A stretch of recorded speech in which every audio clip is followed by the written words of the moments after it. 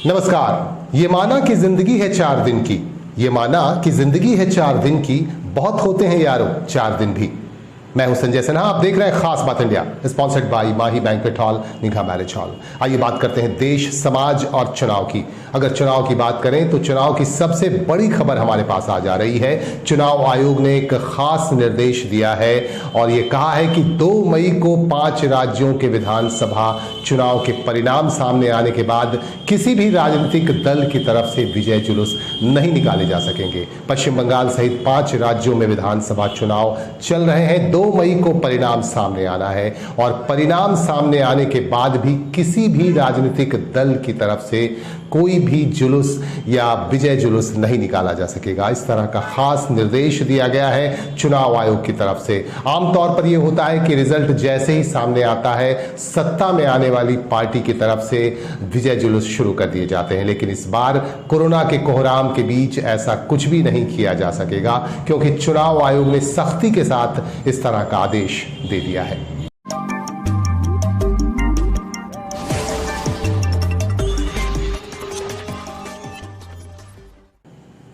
2 मई को कोई भी जीते विजय जुलूस नहीं निकाला जा सकेगा, इस तरह का निर्देश दिया है चुनाव आयोग ने। हमने अभी आपको बताया और आपको हम बता दें कि स्ट्रांग रूम में चले गए हैं ईवीएम बॉक्स। पश्चिम बर्दवान जिले की अगर बात करें तो बंगाल के पश्चिम बर्दवान जिले में 9 विधानसभा सीटों के लिए चुनाव संपन्न हो गया 7वें चरण में। और चुनाव संपन्न होने के बाद तमाम ईवीएम मशीन्स को स्ट्रांग रूम तक पहुंचा दिया गया है। स्ट्रांग रूम में खास पहरे देखे जा रहे हैं। आपको हम दिखा रहे हैं कि आसनसोल इंजीनियरिंग कॉलेज में स्ट्रांग रूम बनाया गया है और तमाम ईवीएम मशीनें यहां पहुंचा दी गई हैं। इससे पहले आपको बता दूं कि यहां चुनाव संपन्न हुआ 7वें चरण का और 7वें चरण का चुनाव संपन्न हो गया शांतिपूर्ण तरीके से। छिटपुट हिंसक घटनाओं के बीच यहां चुनाव संपन्न हुआ और स्ट्रांग रूम में तमाम ईवीएम बॉक्स को रख दिए गए हैं और अब सभी लोग इंतजार कर रहे हैं 2 मई का। लेकिन बंगाल में 8वें चरण का चुनाव भी होना है, जो 29 तारीख को होना है, 29 अप्रैल को होना है। इसके बाद 2 मई को मतगणना का काम होगा और मतगणना के बाद ही यह तय हो पाएगा कि बंगाल की सत्ता पर कौन काबिज होगा, कौन से राजनीतिक दल को यहां सफलता मिलेगी। बहरहाल इसके लिए हमें इंतजार करना पड़ेगा। आप देखिए कि स्ट्रांग रूम में किस तरह से पहरे लगाए गए हैं और केंद्रीय सुरक्षा वाहिनी के जवान यहां लगातार पहरे पर हैं और इन तमाम मशीनों की सुरक्षा में लगे हुए हैं।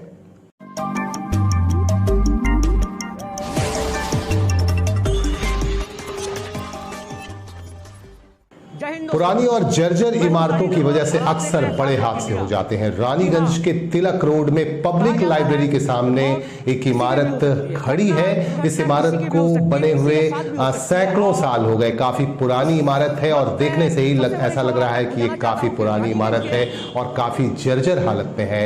और इस इमारत का एक बीम टूट कर नीचे गिर गया, जिसकी वजह से एक युवक की मौत हो गई। कार्तिक नामक एक युवक की मौत हो गई, जो कुमारपुर इलाके का ही रहने वाला था। और इस घटना के बाद स्थानीय लोगों में काफी नाराजगी भी पसर गई और यहाँ के लोगों का कहना है कि इस इमारत के बिम गिर जाने की वजह से युवक की मौत हो गई। युवक LIC का एजेंट है जो नीचे से गुजर रहा था, तभी इमारत का एक बिम टूट गया, टूट कर नीचे गिरा और जिसका शिकार हुआ कार्तिक नामक एक 24 साल का युवक और अस्पताल ले जाने के क्रम में उसकी मौत हो गई। जय हिंद दोस्तों, मैं हूं जाहिद अनवर और आप देख रहे हैं खास बात इंडिया।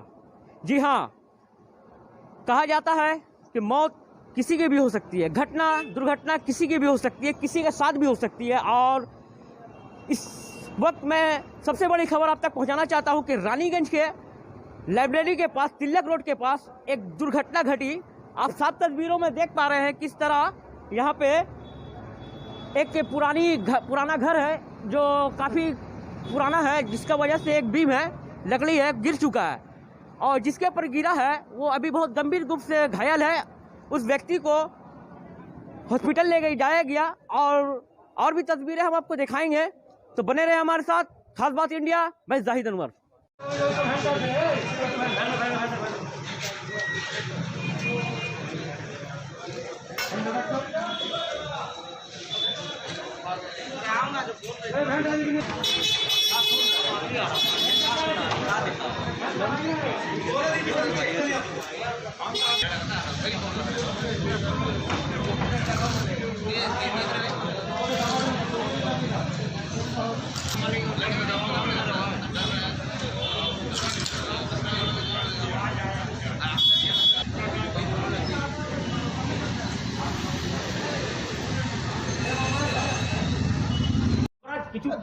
अच्छा सुनो 10 मिनट टाइम दे 10 मिनट 10 मिनट बस 10 আমরা তাহলে তো বারবার তো চিৎকার করবেন না চিৎকার করবেন না আমি চিৎকার করব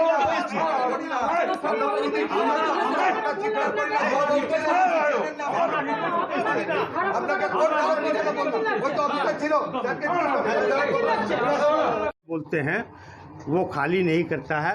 20 साल से उसका दुकान भी बंद है, वो दुकान भी नहीं खोलता है और वो दुकान बंद करके रखा है। दुकान और ऊपर का बिल्डिंग दोनों एक साथ रेंट में दिया नहीं, ऊपर वाला तो ऐसे ही खाली पड़ा हुआ, उसका कोई मतलब नहीं है। नीचे वाला रेंट में दिया हुआ था, तो 20 साल से दुकान नहीं खोलता है। 20 साल से उसको बोल रहे हैं। म्यूनसिपालिटी में एक चिट्ठी हम लोग दिए थे, उस चिट्ठी के ऊपर उसके बाद कोई डेमोलाइज के अंदर हम लोग कुछ डेमोलाइज भी करवाए थे। यह आकस्मिक दुर्घटना है, ये बीम कब गिरा कैसे था, लटका हुआ भी नहीं था। ये नसीब से कोई कारण से वो नीचे लटक गया, बाकी वो बिल्डिंग गिरने लायक नहीं था। प्रशासन को कोई आप ऐसा चिट्ठी दिए थे चिट्ठी दिए थे, हमको खोजना पड़ेगा, खोज से निकालना पड़ेगा, हमको याद नहीं आता। हमारा नाम गिरधारी लाल गनेरी वाला है। मकान जो है बहुत पुराना मकान ही है। कहाँ पे? ये मकान जो सामने वाले मकान जो गिरा पिलर बीम तो एक लड़का पास हो रहा है इधर से। लड़का की उम्र में से 22-23 साल की उम्र होगा, उम्र वाला लड़का है, LIC करता होगा। उसी को टाइम में बीच में बीम तो उसके सर पे गिरा तो ये इसको गिरने के बाद क्या हुआ?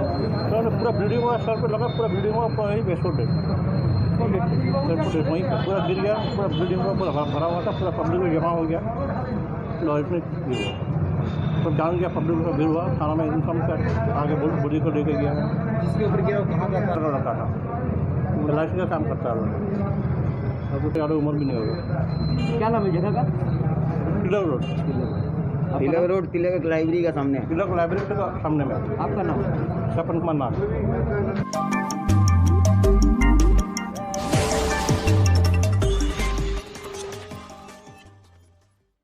अभी अभी हमने आपको दिखाया कि रानीगंज के तिलक रोड पर एक इमारत का बिम गिर जाने की वजह से एक युवक की मौत हो गई। हमारे संवाददाता जाहिद अनवर ने आपको यहां का हाल बताया और मकान मालिक, इस मकान के मालिक गिरधारी लाल गनेरीवाल से भी हमारे संवाददाता ने बात की। उन्होंने कहा कि मकान इतनी भी पुरानी नहीं थी, जर्जर नहीं थी कि उसका बिम गिर जाए, लेकिन इत्तेफाकन बिम गिर गया। ये कहना है गनेरीवाल जी का और उन्होंने कहा कि इत्तिफाक से ऐसा हो गया और मौत हो गई 24 साल के युवक कार्तिक की।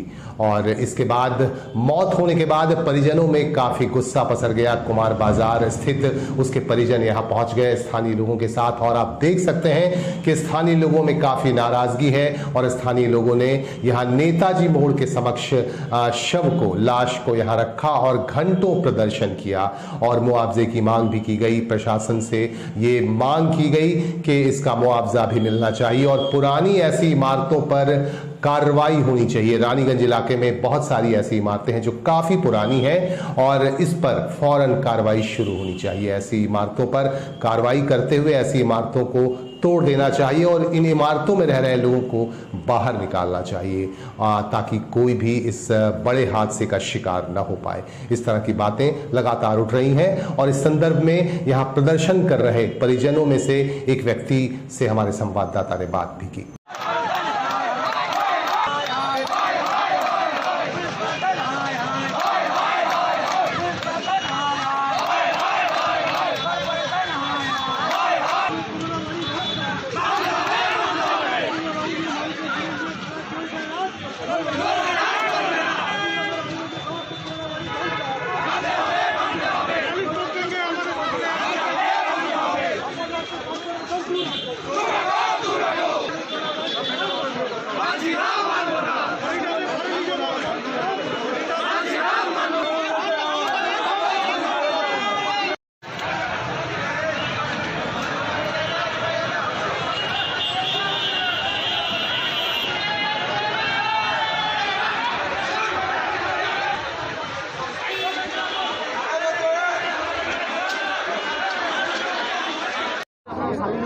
আমাদের পাড়ার একটি ছেলে আমাদেরই আত্মীয় হয় কার্তিক দে, ওই তিলক রোডে একটা পুরনো বিল্ডিংয়ের বিম পড়ে ও মারা যায়।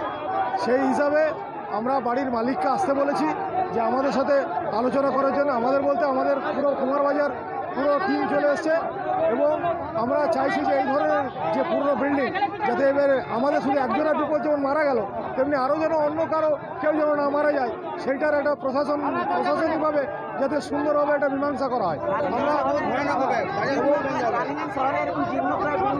এইরকম রানীগঞ্জ শহরে প্রচুর মানে পুরনো বাড়ি আছে এবং যে কোনো মুহূর্তে কিন্তু ভেঙে পড়তে পারে এবং আরও বড় বিপদ ঘটতে পারে। আমরা চাইছি যে এই সমস্ত রানীগঞ্জ মিউনিসিপ্যাল কর্পোরেশন যাতে এইগুলোকে ভেঙে দেয় এবং মানুষের বিপদ থেকে যেন তারা রক্ষা पाए। आधा घंटा हो गया, हम लोग आधा घंटा हो गया। हम लोग का दाबी है मालिक कम से कम आके हम लोग के साथ कॉम्पेंसेशन देने के लिए हम लोग मांग रहा है। जो जिंदगी तो वापस नहीं होगा, उसके लिए जो गरीब फैमिली उसको कुछ कॉम्पेंसेशन देने के लिए हम लोग डिमांड कर रहा है। और जो बोलेगा, हमारा नाम रंजीत दे। 5 राज्यों में विधानसभा चुनाव चल रहे हैं। पश्चिम बंगाल सहित 5 राज्यों में विधानसभा चुनाव चल रहे हैं। चुनाव प्रचार का दौर चल रहा है। एक तरफ नरेंद्र मोदी भी लगातार चुनाव प्रचार में डटे हुए हैं। इसी के बीच हमारे एक दर्शक हैं जो वाराणसी में रहते हैं, बजरंग बली कहार, जो पेशे से कवि भी हैं। उन्होंने एक कविता भेजी है, मोदी माया।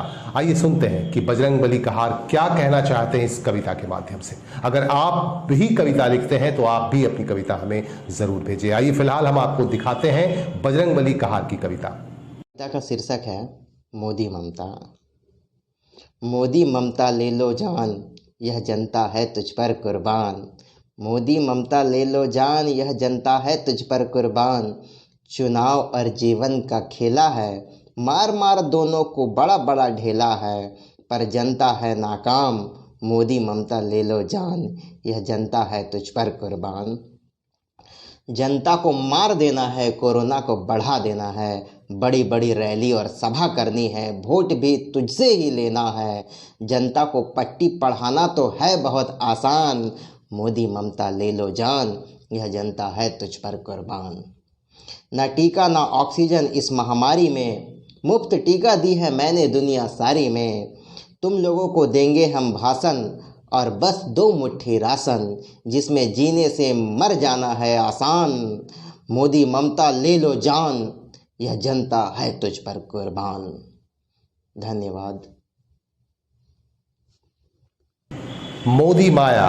जी हां, बजरंग बली कहार ने अपनी एक कविता भेजी है खास बात इंडिया को और हमने आपको दिखाया कि वह अपनी कविता के माध्यम से क्या कहना चाहते हैं। पॉलिटिक्स पर उन्होंने कविता लिखी है। अगर आप भी कविता लिखते हैं तो आप अपनी कविता रिकॉर्ड करें और रिकॉर्ड करके सीधे हमें भेज दें। हम आपकी कविता को प्रसारित करेंगे आपके नाम के साथ, आपके परिचय के साथ। इसीलिए मौजूदा विषय पर आपकी कविता होनी चाहिए। किसी भी मौजूदा विषय पर आप कविता लिखते हैं तो आप हमें ज़रूर भेजें। हमें इंतज़ार रहेगा आपकी कविता का। और आपको बता दूं कि कोरोना का दौर चल रहा है, कोरोना की रफ्तार बढ़ती जा रही है। कई राज्यों से हमारे पास खबर आ रही है कि कोरोना से मौतें हो रही हैं लोगों की, और लेकिन लोग ठीक भी हो रहे हैं। आपको बता दूं कि पश्चिम बंगाल में एक और निर्दलीय प्रार्थी की मौत हो गई कोरोना संक्रमण से।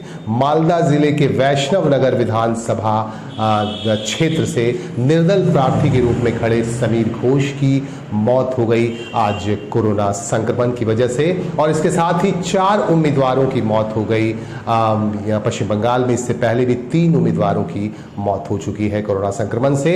और आप देख सकते हैं स्क्रीन पर समीर घोष की तस्वीर लगी है। समीर घोष की आज मौत हो गई। और अब हम आपको बताएंगे कि ठीक भी हो रहे हैं कोरोना से लोग और खुशी खुशी अपने घर भी पहुंच रहे हैं। इस तस्वीर को देखिए, ये तस्वीर हमारे पास रांची से हमारे एक दर्शक ने भेजी है। और इस तस्वीर में आप देख सकते हैं कि एक व्यक्ति अपने फैमिली के साथ काफी हंसी खुशी अपने घर जा रहा है, ठीक होकर घर जा रहा है। तो ऐसे बहुत सारे लोग हैं जो कोरोना से ठीक भी हो रहे हैं। जिस रफ्तार से कोरोना के शिकार हो रहे हैं लोग, ठीक भी हो रहे हैं।